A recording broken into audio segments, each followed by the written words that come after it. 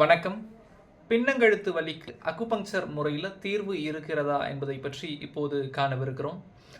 UB66 என்கிற acupuncture புள்ளி கழுத்து வலி, குறிப்பாக பின்னங்கழுத்து வலிக்கு ஒரு சிறந்த புள்ளியாக இருக்கிறது.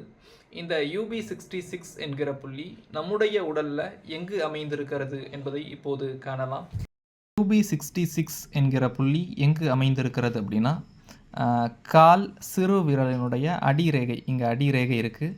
இந்த அடிரேகைக்கு சைடில் கருப்பு நிறத்தோலும் வெள்ளை நிறத்தோலும் இணையக்கூடிய பகுதியில் UB66 என்கிற புள்ளி அமைந்திருக்கிறது.